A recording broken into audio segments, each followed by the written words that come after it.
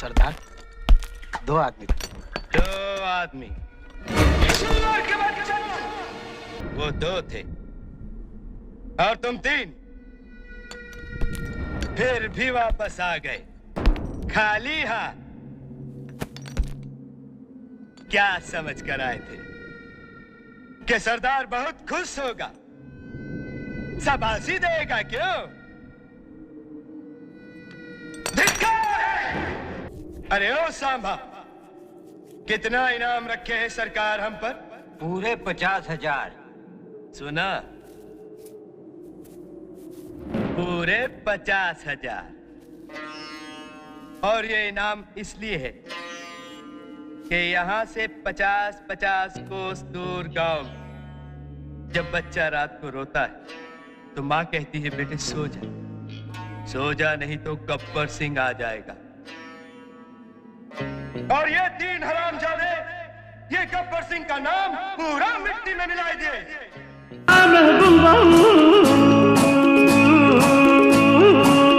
दो आदमी।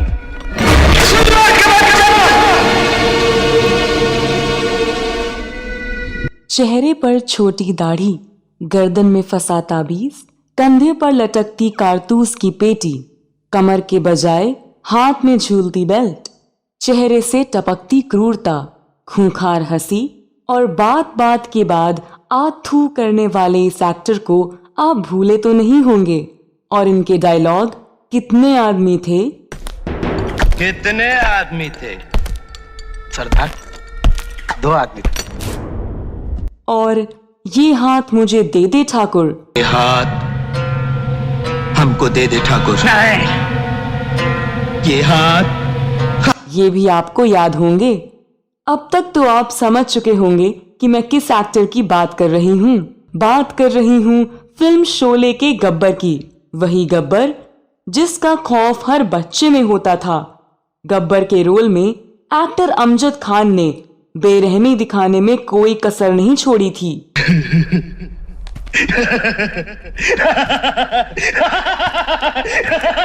उनका यही किरदार उन्हें आज भी लोगों के जहन में जिंदा रखता है।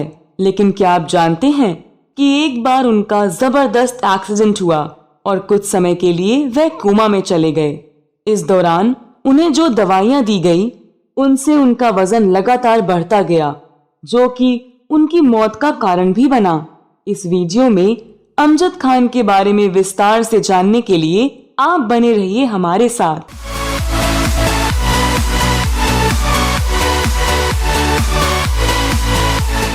दोस्तों, अमजद खान ने 4 साल की उम्र में बाल कलाकार के रूप में अपना फिल्मी करियर शुरू किया। उन्होंने अपना पहला रोल अपने चाचा की फिल्म 4 पैसा में किया था। अमजद खान का जन्म मुंबई में 21 अक्टूबर 1943 में हुआ था। अमजद खान के पिता जयंत खान भी पेशे से अभिनेता थे और 50-60 के दशक के टॉप विलन थे। तो इस तरह उन्हें खलनायकी विरासत में मिली थी। अमजद खान के छोटे भाई इम्तियाज खान भी अभिनय करते थे। उन दोनों की शिक्षा दीक्षा मुंबई में ही हुई थी। अमजद खान बहुत ही कम उम्र में प्यार में पड़ गए थे। उनके पड़ोस में शहला नाम की एक लड़की रहती थी जिसे वह स्कूल के दिनों से ही जानते थे। जब वह कॉलेज में अपनी बीए की पढ़ाई कर रहे थे तो शहला स्कूल में थी और मात्र 14 साल की थी। वह तो उन्हें भाई कहकर बुलाती थी, लेकिन अमजद खान को यह बिल्कुल पसंद नहीं था कि वो उन्हें भाई बुलाए, बल्कि उन्होंने शहला से ये तक कह दिया था कि तुम जल्दी बड़ी हो जाओ क्योंकि मुझे तुमसे शादी करनी है। यही नहीं, उन्होंने कुछ दिनों में शहला के घर शादी का प्रस्ताव भी भेज दिया, जिसको उनके पिता दिवंगत लेखक और गीतकार अख्तर उल ईमान ने ये कहकर रिजेक्ट किया कि शादी के लिए वे अभी बहुत छोटी हैं और ये उचित नहीं है। शादी का प्रस्ताव ठुकराने की वजह से अमजद खान बहुत नाराज हो गए और उन्होंने यह तक कह दिया था कि अगर ये मेरा गांव होता तो मैं आपके परिवार की 3 पीढ़ियों का सफाया कर देता।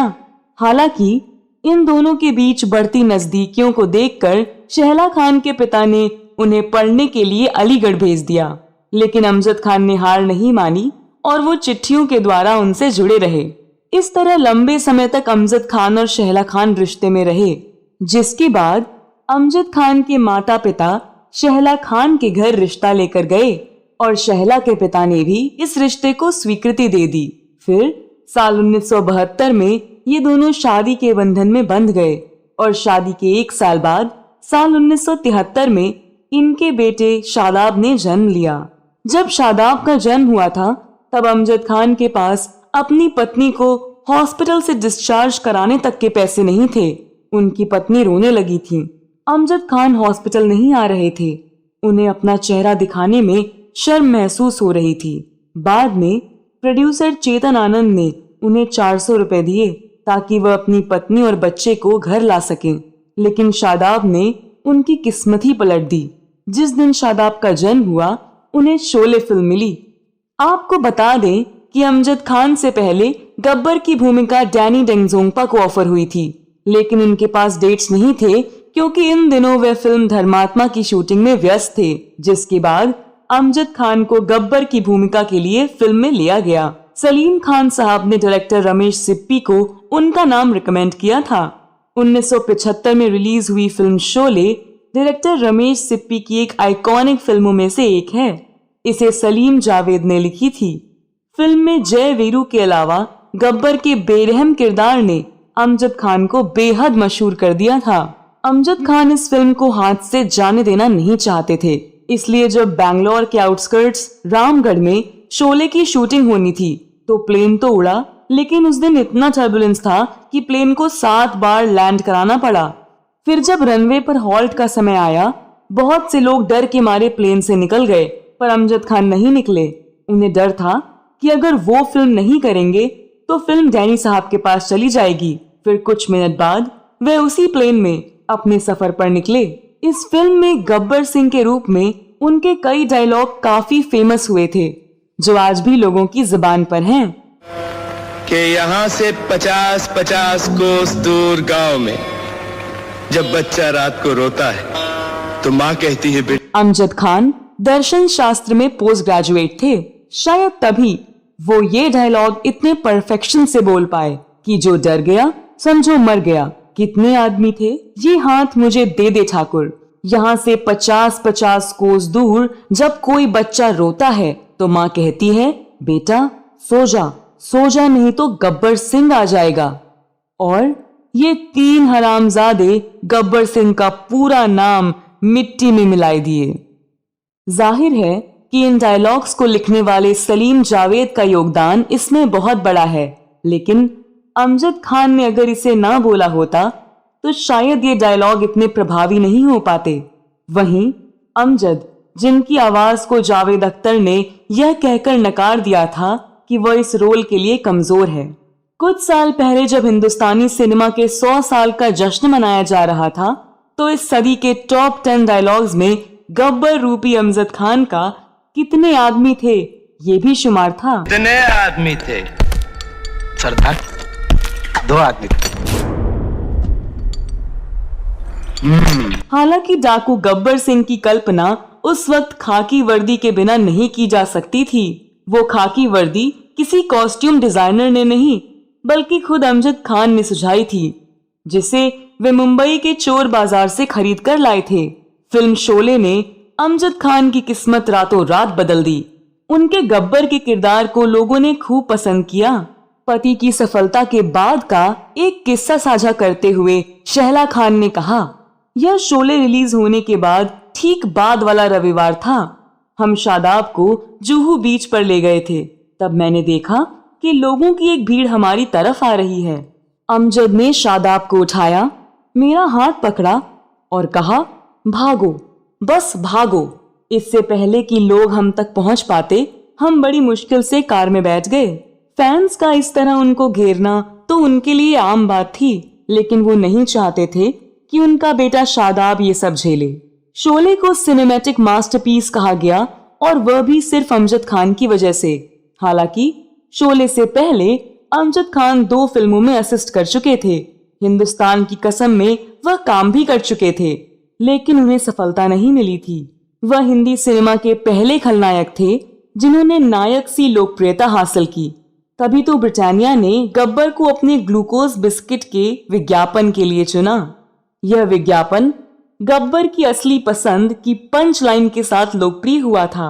भारतीय समाज में यह पहली बार था जब किसी कंपनी ने अपने प्रोडक्ट के प्रचार के लिए किसी खलनायक को चुना था। फिल्मी पर्दे का यह दुर्दांत खलनायक असल जिंदगी में कितना दरिया दिल था, इसे शायद यह किस्सा सबसे अच्छे से बयां करता है। यह 1980 के दशक की बात है। शोले हिट हो चुकी थी और अमजद खान शिखर पर थे। उसी दौर में उन्होंने एक ऐसी फिल्म साइन की जिसमें उस वक्त के तमाम बड़े स्टार्स थे। फिल्म एक बड़े प्रोड्यूसर की थी, लेकिन डायरेक्टर की यह पहली फिल्म थी, इसलिए उन्हें भाव ना देते हुए सारे स्टार सेट पर घंटों लेट आते, अपने डायलॉग खुद लिखने लगते और कई बार तो स्क्रिप्ट को अंगूठा दिखाते हुए अपने लिए नए सीन लिख लेते। और डायरेक्टर को कोई कुछ भी समझ ही नहीं रहा था। एक दिन उसका सब्र जवाब दे गया और एक कोने में बैठकर वह सुबकने लगा। संयोग से अमजद खान की नजर उस पर पड़ गई। उन्होंने माजरा पूछा। डायरेक्टर ने कहा, बहुत हुआ, उसे नहीं करनी यह फिल्म। अमजद खान ने उसे ढांढस बंधाया और फिर एक फॉर्मूला सुझाया। उन्होंने कहा कि अगले दिन वे सबसे लेट आएंगे और जैसे ही वे सेट पर पहुंचे वह उन्हें लेट होने के लिए सबके सामने बिना हिचके ऊंची आवाज में डांट लगाए। प्लान यह था कि इसके बाद अमजद खान माफी मांग लेंगे और यही हुआ। अगले दिन वे बाकी स्टार्स के आने के बाद सेट पर पहुंचे। डायरेक्टर भी पूरी तैयारी करके बैठा था। उसने अमजद खान की कसकर डांट लगाई। इसके बाद तो ना कोई स्टार लेट हुआ और ना ही किसी की स्क्रिप्ट में बदलाव करने की हिम्मत हुई। फिल्म सुपरहिट हुई। वह डायरेक्टर भी फेमस हो गया और अमजद खान की दरिया दिली उसे हमेशा याद रही। सब कुछ ठीक चल रहा था कि अचानक जैसे सब कुछ खत्म हो गया। बात 1986 की है। तब अमजद खान किसी फिल्म की शूटिंग के लिए मुंबई से गोवा जा रहे थे। रास्ते में उनका जबरदस्त एक्सीडेंट हुआ। उन्हें सीरियस इंजरी हुई और कुछ समय के लिए वे कोमा में चले गए। हालांकि किस्मत से वे जल्दी ही रिकवर होने लगे, लेकिन इस दौरान जो दवाइयां उन्हें दी गई, इससे उनका वजन लगातार बढ़ता गया, जिसकी वजह से कई तरह के हेल्थ कॉम्प्लिकेशन हो गए और 27 जुलाई 1992 को हार्ट अटैक से मुंबई में उनकी मौत हो गई। तब वे मात्र 48 साल के थे। बेचैन, रुदाली और अनोखी चाल सहित 10 से ज्यादा फिल्में ऐसी हैं जो अमजद की मौत के बाद रिलीज हुई थीं।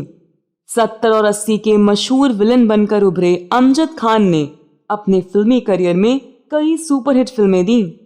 कोई सीधा रोल हो या फिर विलन बनकर हीरो को परेशान करना, उन्होंने अपने करियर में कई शानदार परफॉर्मेंसेस दिए।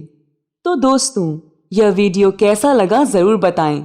अमजद खान के बारे में अगर आपके पास कोई और जानकारी है तो कमेंट बॉक्स में अवश्य लिखें।